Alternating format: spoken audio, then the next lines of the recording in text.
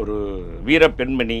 இந்திரா காந்தி 100% என்றால் நான் ஜெயலலிதா அம்மையாரை ஒரு 75% விரும்பு பெண்மணி என்று நான் ஏற்றுக்கொள்வேன். இந்தியா முழுக்க இருக்கக்கூடிய நிகழ்வுகளை எடுத்து பேசுகிறார். இவர்களுடைய பேச்சை இந்திரா காந்தி ரொம்ப விரும்பி கேட்கக்கூடிய அளவில் இவருடைய ஜெயலலிதா அம்மையாருடைய பேச்சு இருந்தது, ஆங்கிலத்திலும் இந்தியிலும். இதெல்லாம் ஒரு இம்ப்ரெஸ். ஆமா, அந்த தகவல்களை இவர் எப்படி பெறுகிறார்? அம்மையார் ஜெயலலிதா நீங்க என்ன இந்திரா காந்தி கிட்ட அறிமுகப்படுத்தணும் அப்படின்னு முதல்வர்கிட்ட கேட்டிருக்காங்க. திரு எம்ஜிஆர் அவர்கள் முதல்வர் ஜெயலலிதா அவர்களை அழைத்து சென்று, நான் இவரை ராஜ்யசபா எம்பியாக நியமித்திருக்கிறேம்மா, கொஞ்சம் பார்த்துக்கங்க, என் கூட நிறைய படங்கள் ஆக்ட் பண்ணியிருக்காங்க, நல்ல நாலெட்ஜபிள் லேடி அப்படின்லாம் அறிமுகம். அன்னை மரகதம் சந்திரசேகர் அவர்களை இந்திரா காந்தி அழைக்கிறார். இவங்க சமையல் கட்டுக்கு போனால் டைனிங் டேபிளில் அம்மையார் ஜெயலலிதா உட்கார்ந்துருக்காங்க. Indira Gandhi prime minister of India tea போட்டுக்கிட்டு இருக்காங்க. அந்த எளிமையை உலகத்தில் யார்கிட்டையும் பார்க்க முடியாது. அப்போ இவங்க உட்கார்ந்துருக்காங்க, டீ போட்டு கொண்டாந்து 3 டம்ளர் வைக்கிறாங்க. அம்மையார் மரகதம்மாவுக்கு ஒரே ஒரு நூல் சேலை தாங்க கட்டுவாங்க. அந்த நூல் சேலையோட விலையே 150 ரூபா தான் இருக்கும். இப்போ 150 அந்த காலத்தில் காஸ்ட்லி தானே. சரி, நீங்கள் ஒரு 70-80 வச்சுக்கங்களேன். மரகதம் சந்திரசேகரம் அந்த 70-80 ரூபா சேரி தான் அவங்கள கட்டுவாங்க. அவ்வளோ எளிமை. அது வெளியில் தெரியாமல் போயிடுச்சு. உள்ள அம்மையார் ஜெயலலிதா அமர்ந்ததை பார்த்தோன்னா அதிர்ச்சி. அந்த அளவுக்கு அவர்களோட இணைப்பு இருந்திருக்கு.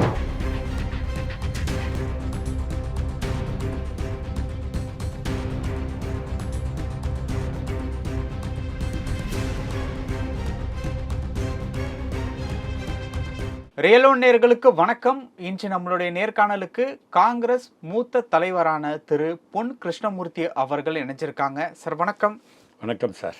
நம்மளுடைய தமிழக அரசியலையும் சரி, இந்திய அரசியலையும் சரி, ஒரு 2 பெண்மணிகள் ரொம்ப ஒரு முக்கியம் வாய்ந்த பெண்மணிகள். ஒருத்தவங்க தேசிய அளவில் இந்திரா காந்தி அம்மையார் அவர்கள், உங்களுக்கு ரொம்ப பிடிச்ச ஒரு அரசியல்வாதி. உண்மையிலே அவங்கள பார்த்து தான் நான் அரசியலுக்கே வந்தவன். தமிழக அரசியலை பொறுத்த வரைக்கும் அம்மையார் ஜெயலலிதா அவர்கள் அயன் லேடி. இவங்க 2 பேருக்கும் உண்டான நட்பு அப்படிங்கிறது வீடு சமையல் கட்டு வரைக்கும் நீண்டு இருக்கு அப்படின்ட்டு சொல்லப்படுது.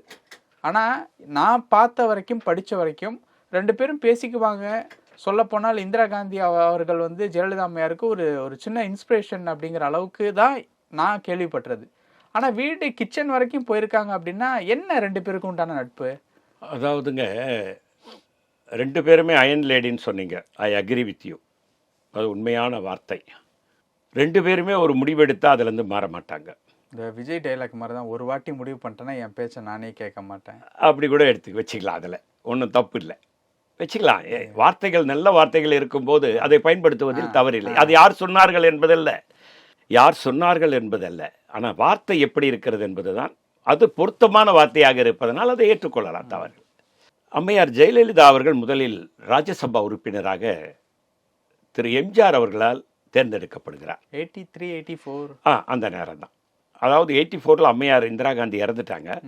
நான் நினைக்கிறேன் 82 நினைக்கிறேன். தேர்ந்தெடுக்கப்பட்ட போது அம்மையார் ஜெயலலிதா நீங்கள் என்ன இந்திரா காந்தி கிட்ட அறிமுகப்படுத்தணும் அப்படின்னு முதல்வர்கிட்ட கேட்டிருக்காங்க. இதெல்லாம் பின்னால் எனக்கு அன்னை மரகதம் சந்திரசேகர் அவர்களோடு நான் நீண்ட பயணம் செய்தவன். தமிழ்நாடு காங்கிரஸில் இருக்கவங்க அத்தனை பேருக்கும் தெரியும். Maragathamma is my another Sun என்று சொல்லக்கூடிய அளவிலே நான் அவரோடு பயணம் செய்திருக்கிறேன். அப்பொழுது திரு எம்ஜிஆர் அவர்கள் முதல்வர் ஜெயலலிதா அவர்களை அழைத்து சென்று, நான் இவரை ராஜ்யசபா எம்பியாக நியமித்திருக்கிறேம்மா, கொஞ்சம் பார்த்துக்கங்க, என் கூட நிறைய படங்கள் ஆக்ட் பண்ணியிருக்காங்க, நல்ல நாலெட்ஜபிள் லேடி அப்படின்லாம் அறிமுகப்படுத்துகிறாங்க. அதுக்கப்புறம் அதோட முடிஞ்சு வந்துடுறாங்க. ஆனால் நாடாளுமன்ற ராஜ்யசபாவில் இவர்களுடைய பேச்சை இந்திரா காந்தி ரொம்ப விரும்பி கேட்கக்கூடிய அளவில் இவருடைய ஜெயலலிதா அம்மையாருடைய பேச்சு இருந்தது, ஆங்கிலத்திலும் இந்தியிலையும் பேசுகிறாரு, ஆங்கிலத்திலையும் பேசுகிறாரு. ஒரு ப்ரொனன்சியேஷன்லாம் ரொம்ப நல்லாயிருக்கும். ஆமாம், ரொம்ப நீங்கள் சொன்ன அந்த அயன் லேடி, ரொம்ப ஒரு வீர பெண்மணி. இந்திரா காந்தி போல், இந்திரா காந்தி 100% என்றால் நான் ஜெயலலிதா அம்மையாரை ஒரு 75% விரும்பு பெண்மணி என்று நான் ஏற்றுக்கொள்வேன். அப்பொழுது இந்த அம்மையார் நன்றாக பேசுகிறார்களே, இந்தியில் பேசுகிறாங்க. அதே நேரத்தில் இன்னொன்று நீங்கள் யோசிக்கணும், இந்தியா முழுக்க இருக்கக்கூடிய நிகழ்வுகளை எடுத்து பேசுகிறார். இதெல்லாம் ஒரு இம்ப்ரெஸ். ஆமாம், அந்த தகவல்களை இவர் எப்படி பெறுகிறார்? அதே மாதிரி நாடாளுமன்றத்தில் பேசியவர் ஒரே ஒரு ஆள் வாஜ்பாய் தான். அப்போ வாஜ்பாய் தான் இந்தியா முழுக்க தமிழகத்தில் இருக்கக்கூடிய குக்கிராமங்களில் ஒரு நிகழ்வு என்றாலும் வாஜ்பாயினுடைய பேச்சில் அது இருக்கும். அப்பொழுது யாராவது காங்கிரஸ் உறுப்பினர்கள் குறிப்பிட்டால் நேரு எழுந்து வாஜ்பாய் பேசி அமரும் வரை யாரும் வாய் தரக்கூடாது, அமருங்கன்னு சொல்வார். இத்தனைக்கு எதிர்கட்சி சொல்லிட்டு என்ன சொல்வாரு, அவர் சொல்லுகின்ற கருத்தை நாம் உள்வாங்கி கொண்டால்தான் நம் தவறை சரி செய்து கொண்டு நல்லாட்சி நடத்த முடியும் என்று. அதே போன்ற நிகழ்வை இவர் பார்க்கிறார். அதுக்கு பிறகு ஜெயலலிதா அம்மையாரோட சகஜமாக பேசக்கூடிய ஒரு பழக்கம் வந்துடுச்சு. அதுக்கு பிறகு ஒரு நாள் அன்னை மரகதம் சந்திரசேகர் அவர்களை இந்திரா காந்தி அழைக்கிறார். சந்திரசேகர், மிஸ்ஸஸ் சந்திரசேகர் தான் கூப்பிடுவாங்க இந்திரா காந்தி. மிஸ்ஸஸ் சந்திரசேகர் வீட்டுக்கு வாங்க, நேராக சமையல் கட்டுக்கு வந்துடுங்கன்னு சொல்லிட்டாங்க. யாரோ மரகதம்மாவை. இவங்க சமையல் கட்டுக்கு போனால் டைனிங் டேபிளில் அம்மையார் ஜெயலலிதா உட்காந்துருக்காங்க. Indira Gandhi prime minister of India tea போட்டுக்கிட்டு இருக்காங்க. இந்திரா காந்தி கிட்டங்க அந்த எளிமையை உலகத்தில் யார்கிட்டையும் பார்க்க முடியாது. அது வெளியே தெரியாமல் போயிடுச்சு. வெளியே தெரியாமல் போச்சு.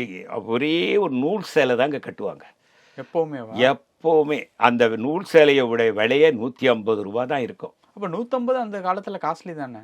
சரி, நீங்கள் ஒரு 70-80 வச்சுக்கங்களேன். என்ன சேரீ கட்டுறாங்களோ அதே தான் அன்னை மரகதம் சந்திரசேகரும் அந்த 70-80 ரூபா சேரீ தான் அவங்களும் கட்டுவாங்க. அவ்வளோ எளிமை. இந்திரா காந்தி அம்மையாருக்கு அப்போ எவ்வளோ சொத்து இருக்கும்?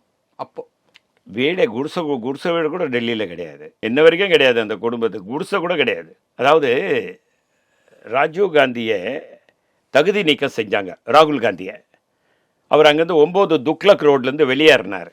எங்கே போனார் அவர்? அவங்க அம்மா வீட்டுக்கு 10 ஜன்பத்துக்கு தான் வந்தார். வீடு கிடையாது அவங்களுக்கு. டெல்லியில் ஒன்றும் கிடையாது. இருந்த சொத்துக்களை எல்லாம் மோத்திலால் நேருவும் ஜவஹர்லால் நேருவும் சேர்ந்து நாட்டுக்கு அர்ப்பணித்து விட்டார்கள். நீங்கள் ஆனந்த பவனம் போய் பாருங்கள். இன்றைக்கி அதை கட்டணும்னா 10 வருஷம் ஆகும். ஆனால் இன்னும் திடமாக நின்று கொண்டிருக்கு. எத்தனை வருஷம் இருக்கும் கட்டி 100 வருஷம் வந்துடுச்சு. ஆனால் இன்னும் ரிப்பன் பில்டிங் மாதிரி இருக்காது. அப்போது அப்படிப்பட்ட பணத்தில் வாழ்ந்தவர் அவர். நீங்கள் நேரு வரலாறு படிச்சிங்கன்னா 4 வாசற்படி இருக்கும். அவர் படித்த ஸ்கூலில் 4 பக்கமும் 4 கார் வந்து நின்று அவரை எந்த பக்கம் வராரோ அந்த கார் ஏற்றிட்டு வரும். அவ்வளோ பெரிய பணக்கார குடும்பத்தில் பிறந்த இந்திரா காந்திக்கு பிரதமர் பதவி போன போது தங்கறதுக்கு வீடு கிடையாது, செலவுக்கு பணம் கிடையாது. இதை விட ஒரு அதிர்ச்சியான தகவல் என்னன்னா, அவரை ஆட்சியிலிருந்து இறக்குவதற்கு காரணமாக இருந்த திரு ஜெயபிரகாஷ் நாராயணன் பாட்னாவிலே படுத்த படுக்கையாக இருக்கார். இப்போது நூல் சேலை தான் கட்டுறாங்க, அந்த அளவுக்கு எளிமையாக இருக்காங்க. சந்திரசேகர் வந்து உள்ளே போகிறாங்க, என்ன நடக்குது? அப்போது இவங்க உட்காந்துருக்காங்க, டீ போட்டு கொண்டாந்து 3 டம்ளர் வைக்கிறாங்க. அப்போது அம்மையார் மரகதம்மாவுக்கு கொஞ்சம் ஆச்சரியம். சமையல் கட்டு வரைக்கும் நம்ம மட்டும்தானே வருவோம், மரகதம்மாவை தவிர சமையல் கட்டு வரைக்கும் போனவங்க யாரும் இல்லை. ஒரு சில பெண் அமைச்சர்களாக இருந்தவர்கள் இந்திரா காந்தி குடும்பத்துக்கு ரொம்ப வேண்டியவங்களாக இருந்தால் போயிருக்கலாம். சமையல் கட்டு வரைக்கும் போகக்கூடிய அந்தஸ்தோடு இருந்தவங்க இப்போ சமையல் கட்டு உள்ள அம்மையார் ஜெயலலிதா அமர்ந்ததை பார்த்தோன்னா அதிர்ச்சி.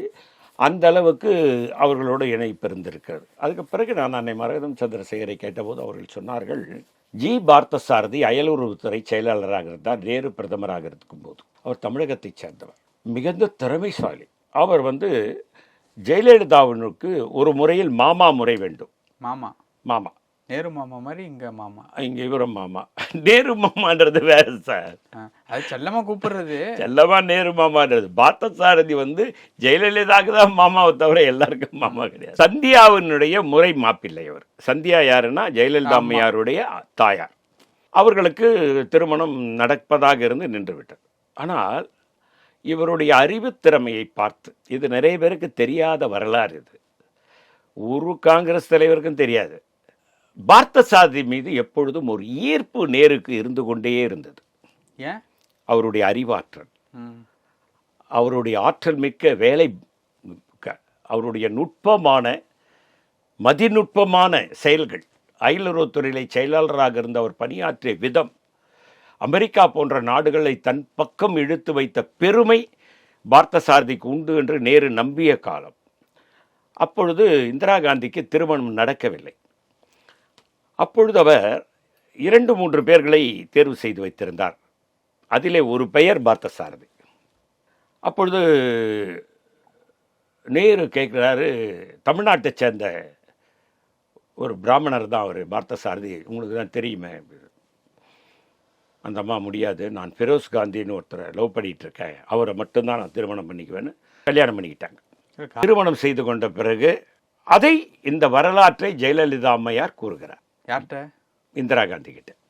ஜி பார்த்தசாரதி எங்களுடைய உறவினர், எங்கள் தாயாருடைய முறை மாப்பிள்ளை அவர்.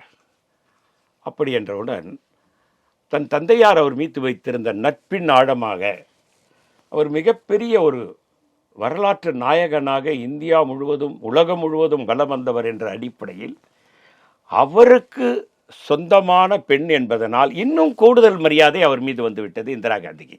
ஜெயலலிதா அம்மையார் மேலே இந்திரா காந்திக்கு ஜெயலலிதா அம்மையார் மீது வந்துவிட்டது. அது கடைசி வரையில் அந்த நட்பு அவர்களிடம் இருந்ததை அம்மையார் மரகதம் சந்திரசேகர் அவர்கள் பதிவு செய்தார்கள். இப்படி இவ்வளவு சீக்கிரத்தில் ஒருவர் இந்திரா காந்தி சமையலறை வரைக்கும் வந்து அவங்க கையால் டீ போட்டுக்கிட்டு அளவுக்கு ஜெயலலிதா அம்மையார் இந்திரா காந்தி மனத்தில் இடம் பிடித்து விட்டார் என்பது ஆச்சரியமாக இருக்கிறது என்று சொன்ன வரலாறு எனக்கும் மிகுந்த ஆச்சரியத்தை கொடுத்தது. ஆனால் அதுங்கே யார் இருக்கிறார் என்றால் எம்ஜிஆர் அறிமுகப்படுத்தியதால் அல்ல, ஜி பார்த்தசாரதி என்ற ஒரு மாமனிதர், அயலுறவுத்துறை செயலாளராக இருந்தவர், ஒரு ஐஏஎஸ் ஆஃபீஸர். அவருக்கு உறவினர். அவர் மீது நேருக்கு கொள்ளை பிரியம், அவருடைய பணியின் நிமித்தம் அவர் மீது மிகுந்த மரியாதை. அதை இந்திரா காந்தி அவர்கள் நேருவுக்கு சில காலம் பிஏ போன்று பணியாற்றிய காரணத்தினால் எல்லா செயல்களிடம் பார்த்தசாரதியிடம் அவர் ஆலோசனை கேட்பதும் அவர் மூலியமாக சில காரியங்களை செய்வதும் பார்த்து, அப்படிப்பட்ட ஆளுமைக்கு உறவினராக இருக்கக்கூடிய இந்த பெண்ணும் மிகப்பெரிய ஆளுமையாக இருக்கிறதே என்ற ஒரு கருத்தின் அடிப்படையில் தான் இந்திரா காந்திக்கும் ஜெயலலிதாவிற்கும் மிகுந்த நட்பு இருந்தது. அதே நேரத்தில் 2 பேருமே கருத்து ஒற்றுமை இருந்தார்கள். காரணம், எடுத்த முடிவிலே மாறாத கொள்கை கொண்டவர்களாக இருந்தார்கள். ஒரு பிடிவாதம்னு சொல்ல முடியாது. இந்திரா காந்தியோ ஜெயலலிதாவோ பிடிவாதம் உள்ள குணமுள்ளவர்கள் என்று சொன்னால் என்னால் அதை ஏற்றுக்கொள்ள முடியாது. நான் இந்திரா காந்தியிடம் நிறைய பார்த்திருக்கிறேன். அன்னை மரகதம் சந்திரசேகர் வீட்டிலே அவரை பார்த்திருக்கிறேன். அவரிடத்தில் பிடிவாத குணம் இருந்ததை நான் பார்த்ததே இல்லை. அதனால தான் நான் சொன்னேன், ஒரே ஒரு வரியில் சொல்கிறேன், அவர் ஆட்சி இறங்குவதற்கு காரணம் ஜெயபிரகாஷ் நாராயணன். ஆனால் அந்த ஜெயபிரகாஷ் நாராயணனை பாட்னாவில் போய் பார்த்துட்டு நீங்கள் சீக்கிரம் நல்லாய் வரணும்னு சொல்லிட்டு வந்தாங்க. அப்போது அவருடைய இலகிய மனம், அவர் எப்பவுமே காங்கிரஸ் கட்சிக்கு குடும்ப விஷயத்தெல்லாம் தலையிடுவார். தான் இந்த நாட்டு பிரதமராச்சே, ஏன் இதில் போய் தலையிடணும்? வெங்கட சுப்பையான்னு ஒரு அமைச்சர் இருந்தார். அந்த அமைச்சருக்கு பெண் கணவர் வந்து பெண்ணை வந்து மாமனார் வீட்டுக்கு, வெங்கட சுப்பையா வீட்டுக்கு அனுப்ப மறுத்தார். அதை கேள்விப்பட்ட இந்திரா காந்தி குரூப் 1 ஆஃபீஸராக ஆந்திர அரசாங்கத்தில் இருந்தவரை தன்னுடைய அலுவலகத்துக்கே வர சொல்லி அவர்களை சேர்த்து வைத்த வரலாறுலாம் இருக்கு. ஆகவே இந்திரா காந்தி இலகிய மனம் படைத்தவர். அதே போன்றுதான் நான் மாற்றுக் கட்சியாக இருந்தாலும் அம்மையார் ஜெயலலிதா அவர்கள் சாதாரணமாக இருந்தவர்களை எல்லாம் மேலே தூக்கி விட்டிருக்கிறார். நம்மளால் அதை மறுக்க முடியாது. நீங்கள் மிக மிக சாதாரணமாக சட்டமன்ற உறுப்பினராக இருக்கிறார்கள், அமைச்சர்களாக இருக்கிறார்கள், ராஜ்யசபா எம்பி ஆகியிருக்கிறார்கள், லோக்சபா எம்பி ஆகிய மத்திய அமைச்சர்களாக கூட ஆக்கிவிட்ட பெருமை. ஆகவே இலகிய மனம் படைத்தவர்களாக அந்த 2 பெண்களும் இருந்தார்கள் என்பதிலே மாற்று கருத்து இல்லை. பல விஷயங்கள் பேசணும். நேரத்துக்கு ரொம்ப நன்றி சார். வணக்கம் சார்.